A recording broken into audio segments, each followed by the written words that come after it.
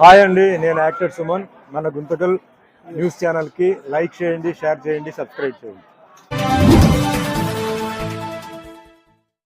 మన గుంతకల్లు న్యూస్కి స్వాగతం.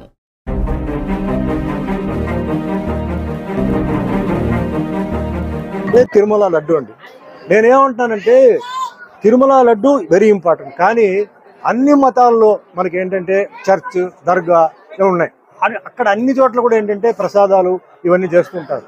ఇప్పుడు వాళ్ళ ఆరోపణ ఏంటంటే దాంట్లో యానిమల్ ఫ్యాట్ అనేది మిక్స్ అయి ఉంది అని చెప్పారు. సరే, కొందరేమో చెక్ చేసాం ఉందంటున్నారు. సరే, ఉందనుకుంటే మరి అక్కడ ఉన్న బోర్డు వాళ్ళు ఏం చేశారు, అక్కడ ఉన్న ఒఫీషియల్స్ ఏం చేశారు?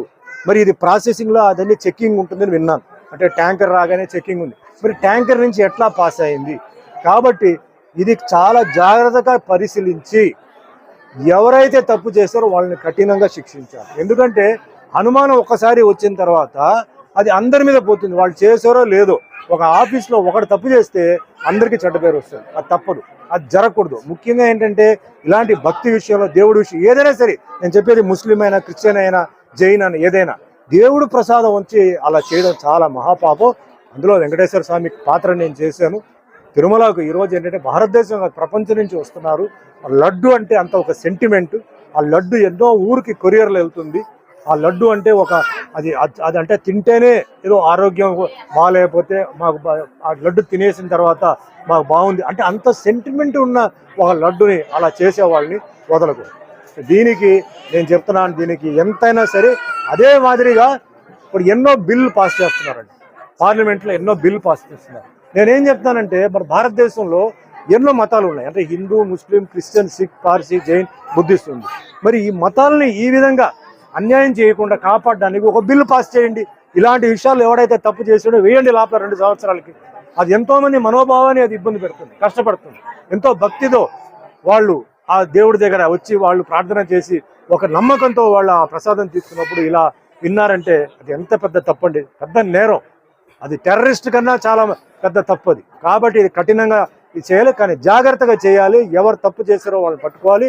దీంతో పాటు ఎవరు దాంట్లో కూడా ఉన్నారో వాళ్ళని కూడా వదలకుండా ఎందుకంటే ఒక టీటీడీ బోర్డు ఉంది, ఆఫీషియల్స్ ఉన్నారు, చెక్కింగ్ ఇన్స్పెక్టర్ ఉన్నారు. ఇంత ఉన్నప్పుడు ఎలా జరిగింది? సో ఖచ్చితంగా దీనికి ఏ లెవెల్ అయినా సరే సీఎం చంద్రబాబు నాయుడు గారు, డిప్యూటీ సీఎం పవన్ కళ్యాణ్ గారు ఇది వదలకూడదు.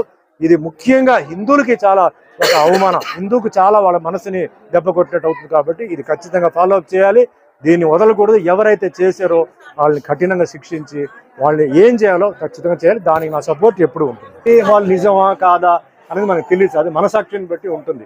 డిక్లరేషన్ ఉంటుంది, చాలా మంది చెప్పిందంతా నిజమే అని చెప్తున్నారు. ఎవరికి తెలుసండి నిజమా అబద్ధం అనేది? కాదు.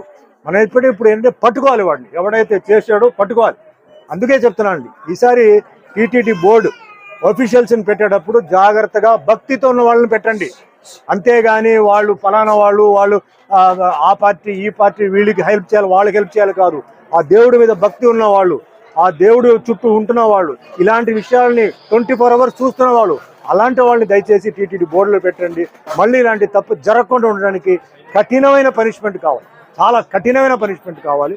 దయచేసి ఈ విషయంలో మటుకి కాంప్రమైజ్ చేయవద్దు. అందరూ మనం సహకరించాలి. దీని హిందువులు ముఖ్యంగా సహకరించాలి. అదే మాదిరిగా అన్ని మతాల వాళ్ళు, ఎందుకంటే రేపు ఇంకొక మతంలో జరగచ్చు, అది తప్పు అవుతుంది. నేను ఎందుకంటే ఈరోజు ఎందుకు చెప్తానంటే అండి, ఈరోజు సుమన్ ఈరోజు ఇంత లెవెల్కి వచ్చారంటే ఒక హిందువే కాదండి, నాకు హిందూ, ముస్లిం, క్రిస్టియన్ వీళ్ళందరూ సహకరించారు. Light boys, light man, director, producer, exhibitor, distributor, అన్ని మతాలు, అన్ని కులాలు ఉన్న వాళ్ళు ఉన్నారు. సో అందరినీ నేను మనసులో పెట్టుకునే చెప్తున్నాను, ఏ మతం అయినా ఏదైనా సరే వాళ్ళకి తప్పు జరగకూడదు. ఈ విషయంలో కఠినంగా శిక్షించాలి. ఒక మంచి మార్గం మనకి రావాలి. ఆ దేవుడు అంటే మనకు నమ్మకం ఉండాలి, ఆ ప్రసాదం అంటే మనకు నమ్మకం ఉండాలి. ఆ విధంగా ఏం చేయాలంటే మీరు చేయండి, నా మద్దతు ఎప్పుడూ ఉంటుంది.